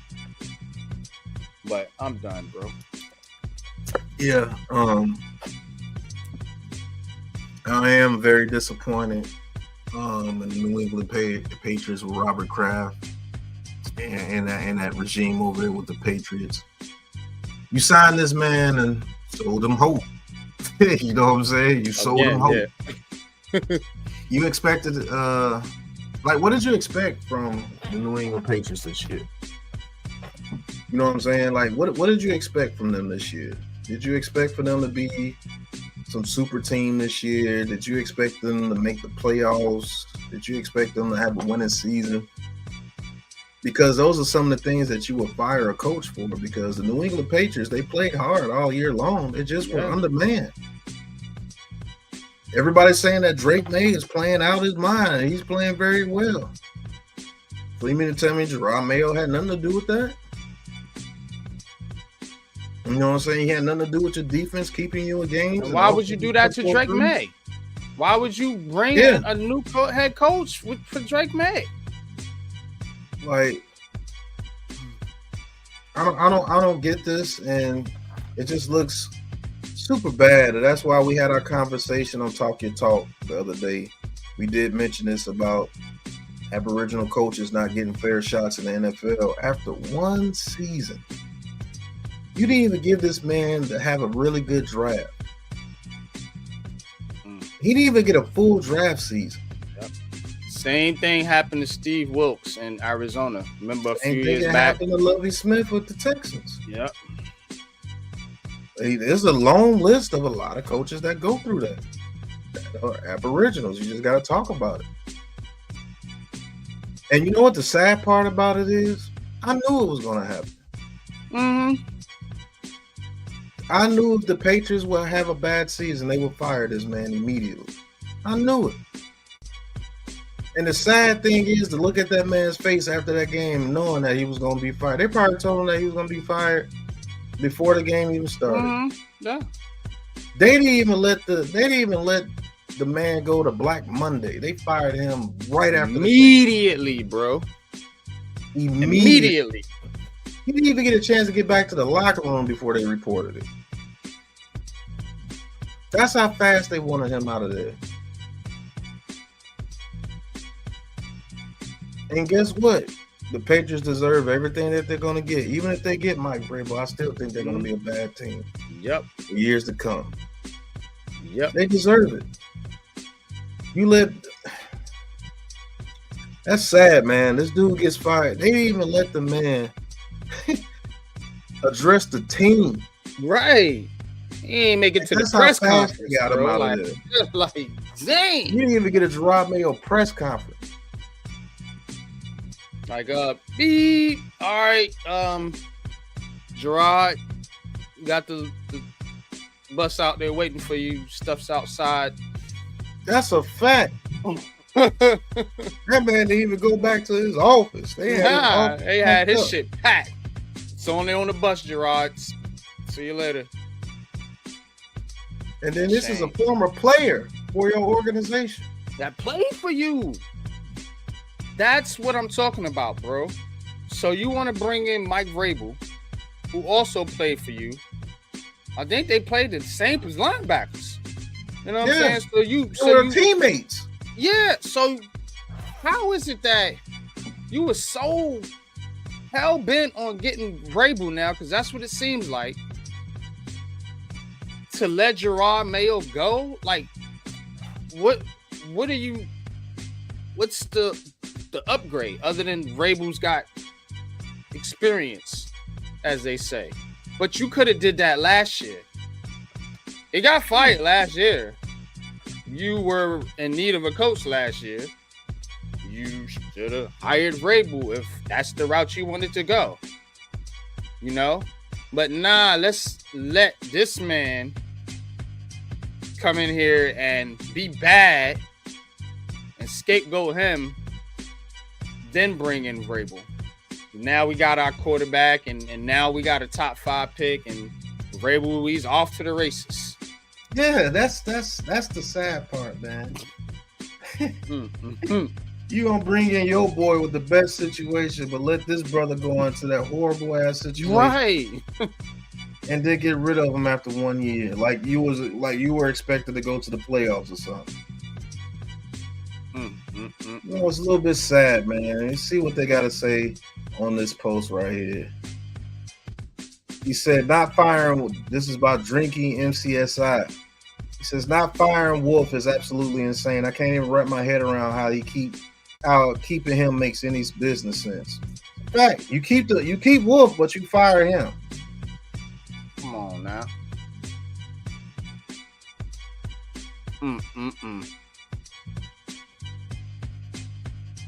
Another I mean? person, Brendan O'Neill. He says, great player and Patriot overall. Just thrown into the deep end this year. I hope he gets another shot down the road. And that's the thing. He won't. Yeah. 9 times out of 10, he won't. He gonna have to be a DC somewhere. Hope he do good. Again, hope. And hope he can get another shot like a Todd Bowles did. Yep. That's what he's gonna have to go and probably be a defensive coordinator, probably a defensive assistant. Yep. And then work his way back up to defensive coordinator, try to be a coach again. This is a stain on his coaching record, bro. Yeah. This is a huge stain on his coaching record. Yep. Shout out to Riso Tap. He says the speed at which this happened helps I don't think he spelled that right, but citate the hate burning within me after the game. Yeah, because they fired him immediately. You know what I'm saying? Yeah, Kraft never seems to blame himself. That's a fact. A lot of these owners on that BS, bro. Just be honest with you. Yeah. Somebody said should have been fired last week, and the new coach should have been told not to win. Failure. Sad. Greg North says took no time at all.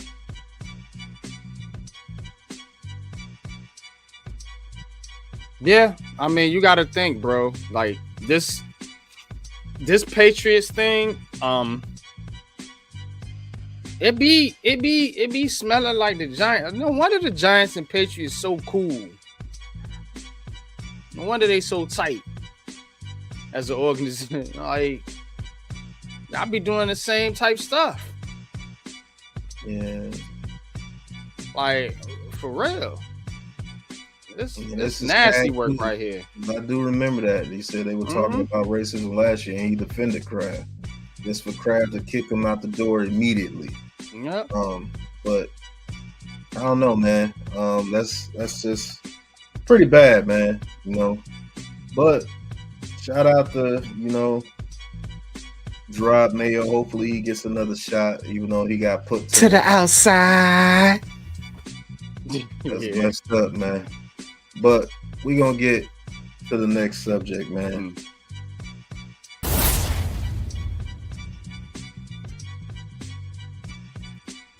All right. Next subject, man.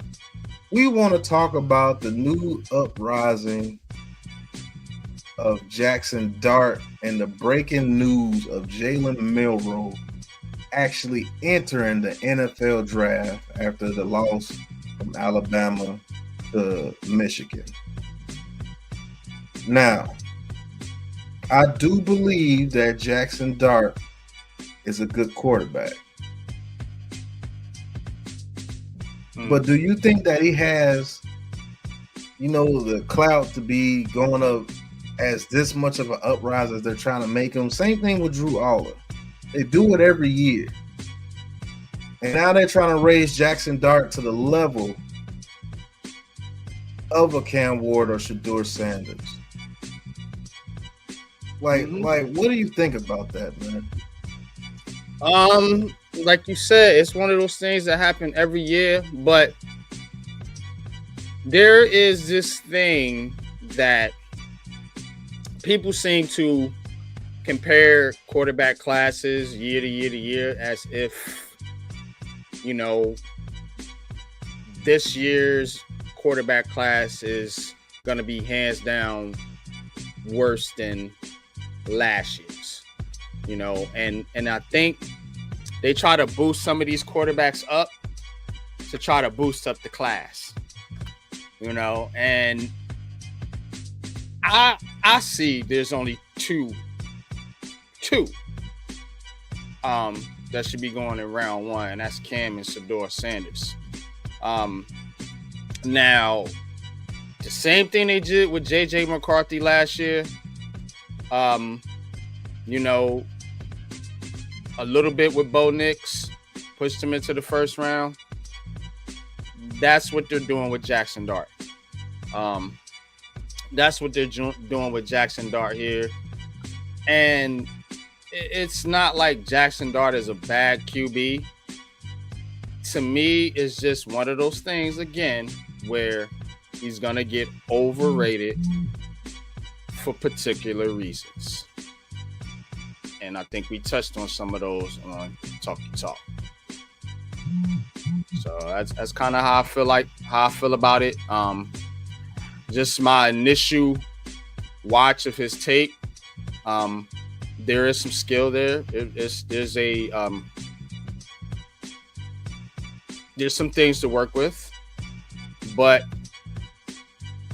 as far as me rating them, he's not there with the top three, in my opinion. The top 2, 3, you want to put them in the Milrow range. We could talk about Milrow here in a second, but you kind of put them in that same category if you want to make that argument, but not going to argue Jackson Dart over Shedeur Sanders or Cam Ward for me.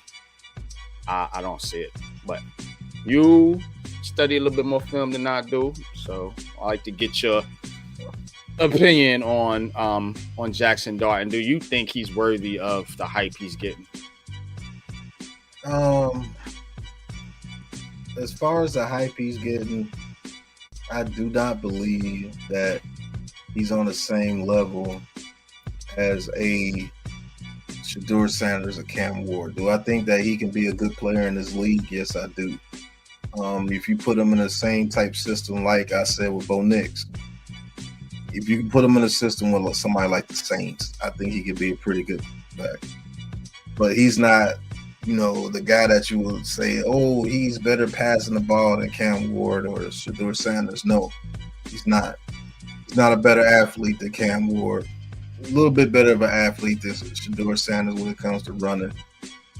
And he makes a couple of little off-script plays. Yeah, he can. But if you're bringing this kid in a situation where you want him to be Superman, it's not going to happen. I do think he has a very good skill set, though. But they, like you said, they do this every year. You know, just to be honest with you, they got to put one of those guys up there somehow, some way. And for them to take it to the extreme with even Drew Aller, you know what I'm saying? Drew Aller didn't do nothing pretty much the whole season. He beats up on 2, bad teams in the college football playoff, and now all of a sudden he's the number 1 quarterback in the draft. And it's just weird. Like, they didn't even say it'd be a first-round pick. No, they were saying number 1 quarterback in the draft, like he's better than Sanders or Ward. Yeah. That's just not the truth, bro. It's just not the truth. And to be honest with you, I think it's a little bit frustrating, but we'll give you more information about Mr. Jackson Dart. I think he will be our first feature on the road to the Senior Bowl, and we're going to talk about that soon on the road to the Senior Bowl. But let's go ahead and get into the sponsor for the road to the Senior Bowl. And I do think Jackson Dart will be one of our first players that we actually go into a film review. Yeah, give you an uncut film review of Mr. Jackson Dart. So after we get through our sponsor, Road to the Senior Bowl, we'll talk about Jalen Milrow and get into a couple more subjects, and we'll end the show. But this one here is kind of aggravating, to be honest with you. But it is what it is.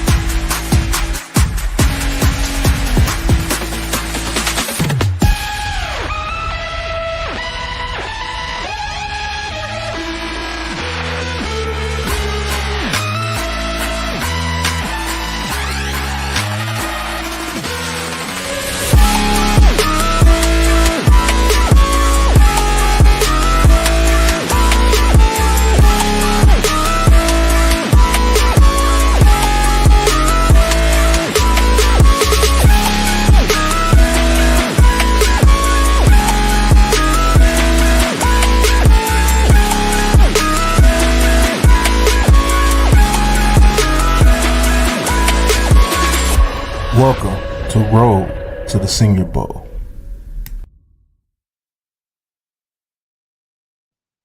Yeah, that's Road to the Senior Bowl. We're going to break down some Senior Bowl college films, and Jackson Dart will be one of those guys that we break down, probably be the first one that we break down. We'll break down many positions for you, cornerbacks, running backs, receivers, tight ends, quarterbacks, edge rushers. We're going to do that leading up to the Senior Bowl. Hopefully you guys catch that. Like I said, thank you for everybody that's watching right now. Hit that like and subscribe button for us right here on the Big Blue Crew Sports Network on YouTube, and hit the follow button for us right here on Twitter. Now, we're going to be talking about breaking news too. Well, not too breaking, but speaking of Jalen Miro, just found out he will be at the Senior Bowl too. Okay, so good. We'll be breaking him down too. So he will be at the Senior Bowl. Just seeing the updated invites, and Jalen Miro is on that list. So let's talk about Mr. Jalen Miro. Had a disappointing season here with the Alabama Crimson Tide. Roll Tide. Do you think he should have came out, or do you think he should have went back to school? I think he made the right decision coming out. I think if he comes into next year's class, given what we kind of know how things are going, he wouldn't be probably ranked as high next year. Now, he could elevate his draft stock. That is very possible, but I think if I'm Miro, this is the sweet spot here. You know, you probably the third or fourth best quarterback at least in this draft. So, you know, he might get pushed into the first round. Who knows? But at worst, second round pick. You know, and yeah, I think it's a good move for him. I think it's a good move. Now, he's not NFL ready. You know, and I know you're going to talk about that, but the potential is there. You know, to do some things with him in his rookie season. So. I think he made a good move. I also think he made a good move because I think that system in Alabama is not going to be conducive to his skill set. Let me tell you something about Jalen Miro, man. He could be one of the best quarterbacks that you have, or one of the worst quarterbacks that you put a system around that doesn't help him to conducive to his skill set. This is a skill set quarterback. Heavy RPO, good running game, mesh concepts, misdirection, deep passes. That's what you build with a quarterback like Jalen Miro. You let him, you let his skill set dictate what the defense could do to you. You start running that RPO and he starts taking off, those linebackers are going to have to start crashing down. And when those linebackers start crashing down, that's where you can hit the tight end over the middle for seam routes, in routes over the middle. Get the screen game going with Jalen Miro. Give him some easy throws and let him pick apart that zone defense that you're going to have to run with Jalen Miro. You're going to have to run the zone because you're not going to run man-to-man and have everybody turn their back and let this dude continue to take off. You're not going to do that because you're going to allow this dude to have 200 rushing yards in the game. I'm excited to see that he will actually be at the Senior Bowl. So now we have some more film to break down, more work to do, and work never stops. But I do think this kid can be a leader for a team. I do think this kid could be a huge game changer. Can be a game changer of a Jalen Daniels. I think he can, but in a different way. He's not going to be the passer of what Jaden Daniels is, but Jaden Daniels, as good as a runner as he is, he's not the runner Jalen Miro is. Let me ask you this. Do you think he can be a better version of Jalen Hurts? A way better version of Jalen Hurts. A way better version of Jalen Hurts, most definitely. If you put him on the Eagles, it would be devastating. You see what I'm saying? Yes, he's way better than Anthony Richardson. Yes, he is. I do think this kid is a talented thrower as well, but you have to let that develop.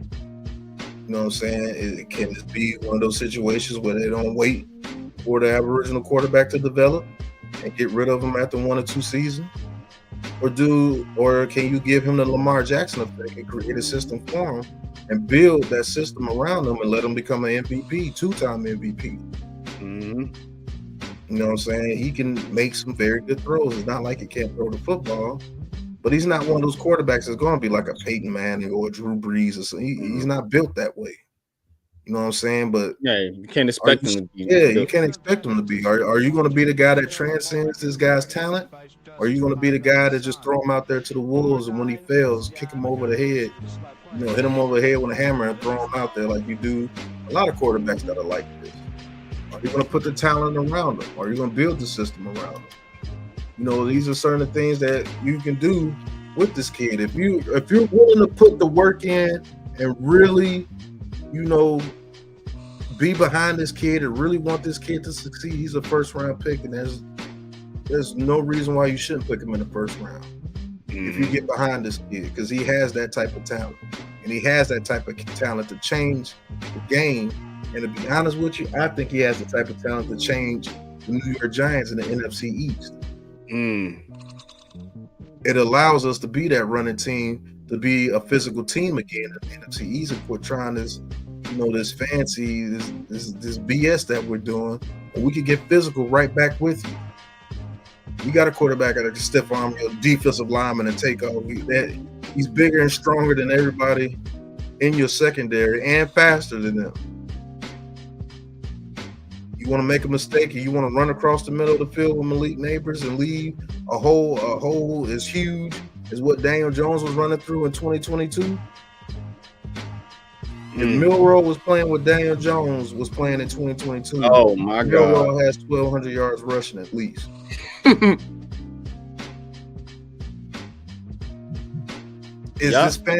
this fan base be willing to accept a quarterback that his legs is the best attribute? When they turn on this kid, his kids win his games, but you'll turn on him and say, oh, he's not throwing for 4,000 yards, but he got 3,800 yards passing and 1,200 yards rushing with 34 TDs passing and rushing combined. Will you be able to accept that, fan base? Because this was my first idea, even over Shedeur Sanders. As much as I love Shedeur Sanders, this was my first idea. You can go back and watch. I literally said I would take this kid and run a system with him, similar to what the Ravens do, but I'll add my little kinks and things to it. Yeah, I can't be mad at it. Bro. And look, man, it's about building a system, and more importantly, man, you got to put them type of resources in that offensive line if you plan on being this bully running team. You know what I'm saying? Because the way the Giants have been building has been from the outside in. You know what I'm saying? And not from the inside out. So you're still weak in the trenches as far as competing on that level to be that type of just running team. I think we need some more pieces there. But if you're going to build a team and a system with Jalen Milroe, make sure you're strong up front. And you got to have you got to add another running back with Tyrone Tracy. You know what I'm saying? So there's some pieces that you need on offense. I think you got Malik Neighbors. You can work with that at the receiver position. I think Theo Johnson is another piece you can work with at the tight end position. You're going to have to get one more receiver that can kind of take the top off the defense while you let Malik Neighbors work the middle of the field. So there's some pieces that the Giants are going to have to add, but I'm with you. I like this idea. I like it a lot, because I seen what Lamar Jackson does for the Ravens. I see what even Jalen Hurts does for the Eagles. I see what Jaden Daniels does for the Commanders. You know what I'm saying? He's quartered Kyler Murray to a lesser degree, kind of. You can run a type of system that, having a true dual threat quarterback, and it works. It works. It works in the NFL, and it's something that, I was going to talk about here on the show a little bit later on about, how some of these quarterbacks coming into the NFL is adding to the run game and how the running game is starting to, creep its way back into the NFL, through some of these quarterbacks that are able to do both as far as run pass. Run pass option is a big thing in the NFL these days. It wasn't when I was growing up, but now you see a lot of RPO, a ton of RPO, ton of read option. You know what I'm saying? And a lot of these quarterbacks, they just aren't profuse coming into the NFL, reading defenses and dissecting coverages and things like that. So you got to run a simpler system. And I think this type of system works with a young quarterback, especially with the skill set that Jalen Milroe had. So I'm with you, brother. I'm right there with you. Sador's still my first pick, but if it don't work out, yeah, this is a good plan B. I ain't gonna hold you. Yeah, and this actually was my plan A. You hire somebody like a Mike Vrabel, but obviously he's probably going to the Patriots. But you hire somebody with an offensive mindset to know that they could build a system around this kid. I even think Johnson, the offensive coordinator for the Lions, can work with Jalen Milroe, because he's not asking his quarterback to do extraordinary things when it comes to passing the ball. He's just getting them wide open receivers to hit, and he's using that run game. And then he gives Ben Johnson even another option as far as running an RPO and letting him run that ball too. Something that Jared Goff doesn't give him. And I think he could. You let him develop that anticipation throws, which he's done it in college. He's just having his struggles right now. But every quarterback goes through their struggles. But this was my plan A.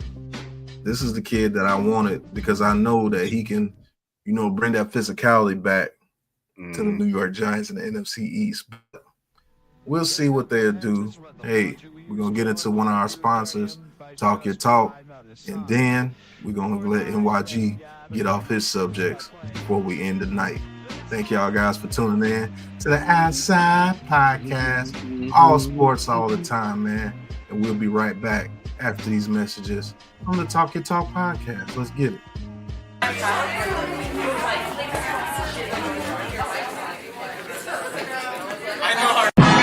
Racing Kev, Raisin Man.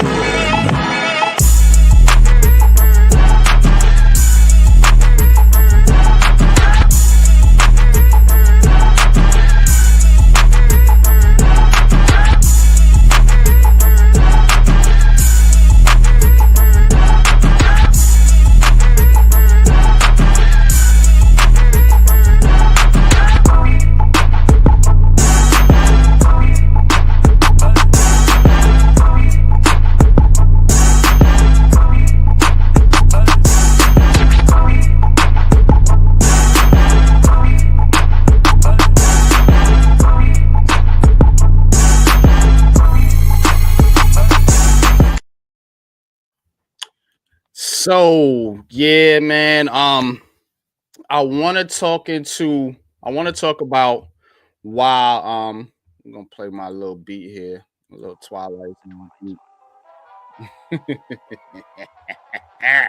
So, Unpopular zone. Let's go. We're gonna get into a little bit of the unpopular zone. As we end the show here, it's not one of my deep dives, but I'm gonna make you think a little bit. Now, quarterback stats are down in the NFL. I think there were only 6 4,000-yard passes this year in the NFL compared to like 10 or 11 2023. Defenses are playing different coverages, which is limiting, a lot of passing yards. And you're starting to see the running game creep back into the NFL and become a staple in the NFL. Let me break it down to you. Philadelphia Eagles could have set a record with Saquon Barkley running the football this year. One of the few people that came close to Eric Dickerson's record. There was only a couple. I think AP, a couple others were close a few years ago, but then you have resurgence of Derrick Henry, guys like Josh Jacobs, You got rookies like Bucky Irvin, Tyrone Tracy, the Giants coming into the league. Running back seems to be an easy position to transition into the NFL. And now, what you're seeing is the evolution of the running quarterback to go along with great running backs. As Pat just mentioned, Jalen Milroe. We've talked about Jaden Daniels. We've talked about Jalen Hurts. We've talked about Kyler Murray. We've talked about Lamar Jackson. So got a lot of RPO. Josh Allen. You got a lot of RPO in the NFL now. And you got these quarterbacks that are fast, athletic, and that's a lot of where the NFL was going. Even the quarterbacks that aren't as athletic, that are considered pocket passes, they still are able to pick up yards with their legs. You see guys like Pat Mahomes do it.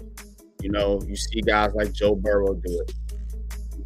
So it is something to be said that the running game is making its way back into the NFL. Now, here's the last thing, and then I want to get Pat's thoughts on this. Remember when Saquon Barkley got took high by the New York Giants? Everybody made fun of that pick.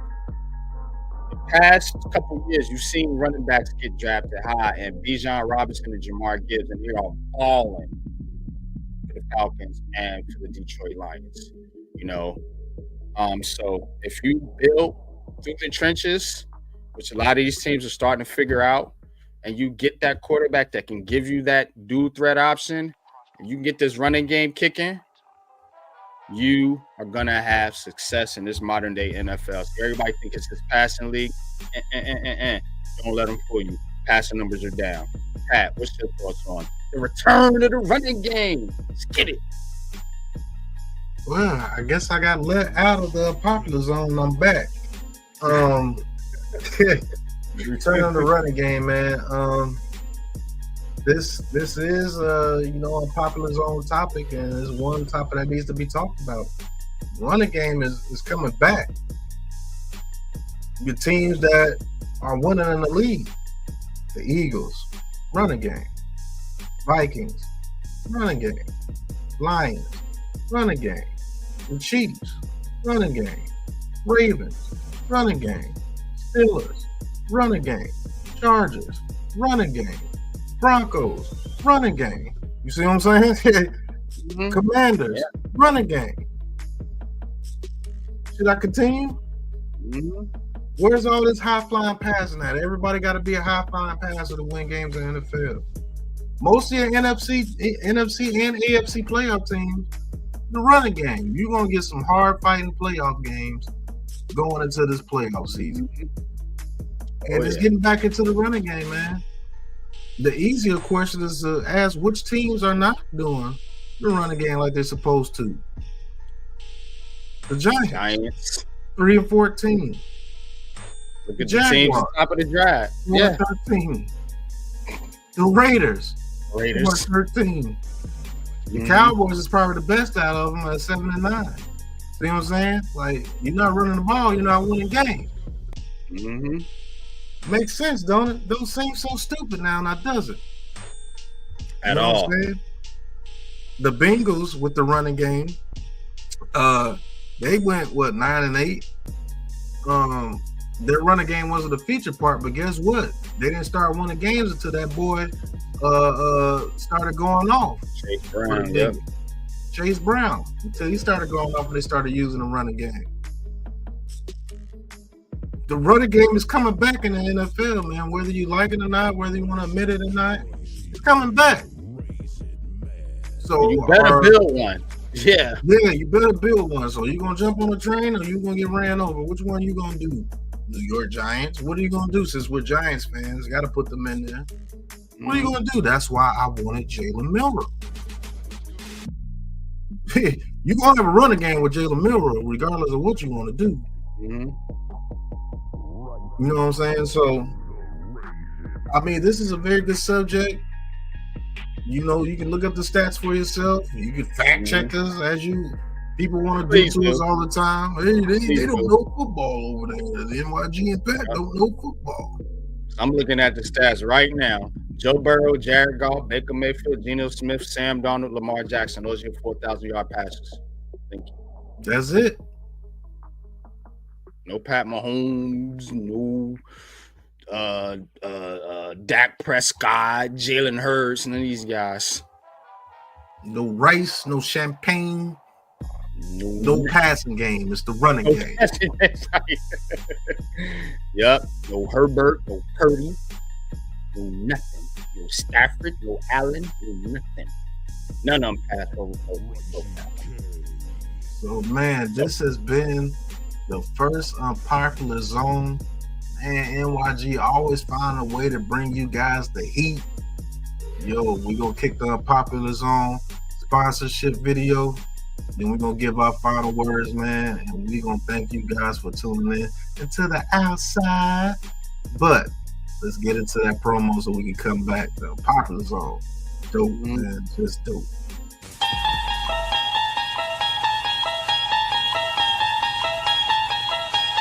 You unlock this door with the key of imagination. Beyond it is another dimension. A dimension of sound. A dimension of sight. A dimension of mind. You're moving into a land of both shadow and substance, of things and ideas. You've just crossed over into The unpopular zone.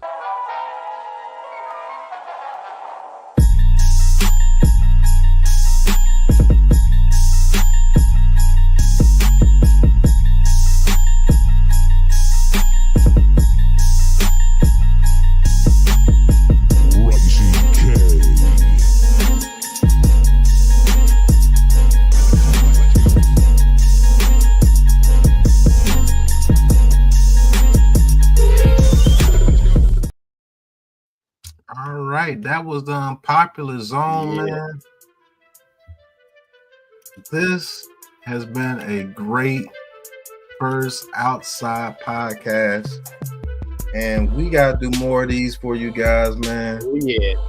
We appreciate the consistent 50 to 60 in the chat tonight. Thank you guys for watching on the YouTube channel, Big Pat Sports. I mean, not Big Pat Sports, but the Big Blue Crew Sports Network. Hit that like and subscribe button for us on the Big Blue Crew Sports Network. And if you were watching on Twitter, because it was 60 AR at one time, hit that follow button right here for us on Twitter on the Big Blue Crew Sports Network, man. We got so many different things getting ready to come for you guys. Can't wait. We got articles coming for you guys. Definitely going to be getting those out for you. We got the road to the Senior Bowl, film reviews and players coming out for you guys. You know we call the play-by-plays. The Outside Podcast is where it's at, man. You want sports content, you want sports topics, you want the unpopular zone, you want to talk your talk, come right here to the Outside Podcast, man. Dynamic duo in the building. Unpopular opinion sports with Big Pat Sports Talk. Got your late night sports talk, so you know you can listen, sit back, listen to some smooth music, listen to some topics, listen to guys really talking about real sports topics, giving you ideas, giving you what we think, and just being dope with it, man. NYG, you got anything to say before we get up out of here, man? Man, I've been popping, I've been hyped, I've been energetic the whole night, man. This was dope. And I'm telling you, man, can't wait to do more of these episodes, man. We got a lot of things cooking, man, on the Outside Podcast, man. So keep it locked here, man. And definitely hit that like and subscribe button, man. And check out our other content, some of our other content creators, man, on the Big Blue Sports Network, man. We got you covered, man. All sports, all the time, man. Yeah. All right. Yo, got one more thing for you.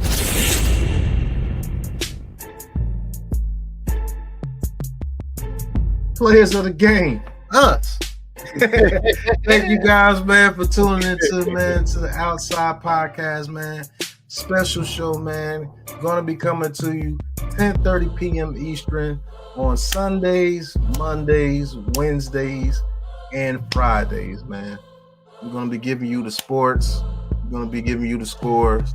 We're gonna be giving you the hot topics, the breaking news, everything, man. Hopefully you guys enjoyed the show, and we'll see you. Time to get up out of here, man. Peace. I'll break it down real quick, yo. Hey, yo, look, dog, I bought villas, stayed in resort Skrilla. I was store killer, I store killers. Man, I caught killers, just on Fort killers. Cat frontin', Fort killers. Who more realer? Weed in the four-wheeler. F Mike, so you see me, never saw a thriller. Fist scale, four reelers. Dirty whore want me to go. Raw will ya? Small Pisces, fresh from the archdiocese. You got heart fighty, I did need the part wifey. I'm Anthony, I do things the harder way. Pardon me, escalate, marmalade, mama stayed. And I send the wolf stars a plate. And the dude copper car today, color blue Chardonnay. And I clap at your man, got the clappers, clap clap at his hands. Only thing he ever clapped was his hands. He'll get butt raped up, take the Michelin man. That's it, get in this man, listen to Ken, maggot. Get in this man, listen to Ken, maggot. Listen, let's bring it back. You know why? Cause this is the man with that shit in the pan. This is my spam, listen to man, listen. I missed the era of the BMVPs. I was ducking GMDC. Had that scope aim in the light ship. Seen all hours, came with the rifles. Thanks for watching the Outside Podcast. Tune in weekdays at 10 p.m. Eastern. Like and subscribe. Pray to Elijah. Don't play no cages. Pray out a sniper. Cause with the SK, doggy, I'm okay. My AK was my AKA before my ABCs. I had A-OK. I'll show you how to make 2 million out your deal. For the right price, I can get you out your deal. Smack the CEO. That's what they tell you soon. I pull milk from Def Jam and I ain't sell a record for him.